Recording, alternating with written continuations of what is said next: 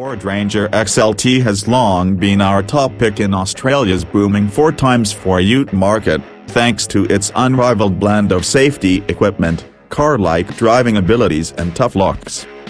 The general public seems to agree, given the Ranger has overtaken the mighty Toyota HiLux as Australia's top-selling 4x4 light commercial in 2016, with 28,009 sales to the end of November, up a whopping 32.6%.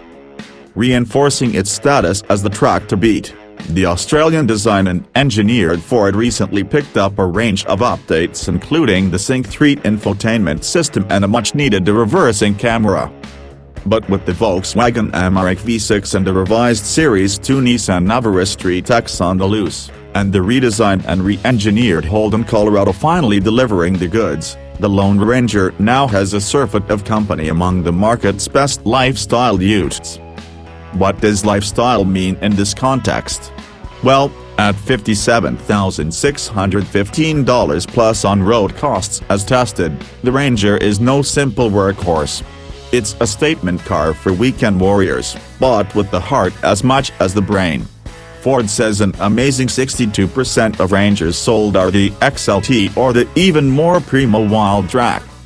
Under the bonnet it's a familiar story, a 3.2-liter turbo diesel 5-cylinder with 147 kilowatts at 3,000 revolutions per minute and 470 Newton-meters between 1750 and 2,500 revolutions per minute. That's at the pointy end of the class, but which has less pulling power than the Colorado and Amarok V6.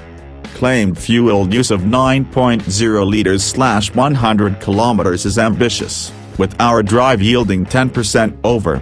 The tank is 80 liters. On a side note, small updates for the MY17 Ranger now mean the engine meets Euro 5 emissions requirements.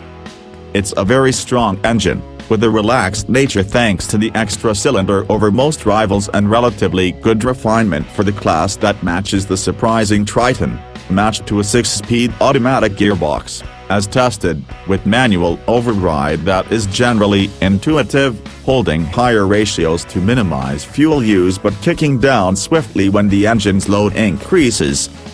We read the odd story on forums about the Ranger and the current T6 generation having auto gearbox problems, though I can say that my mother's Mazda BT50 with an identical powertrain, shared platforms, has racked up nearly 100,000 kilometers trouble-free country kilometers, much of which has involved towing horse floats.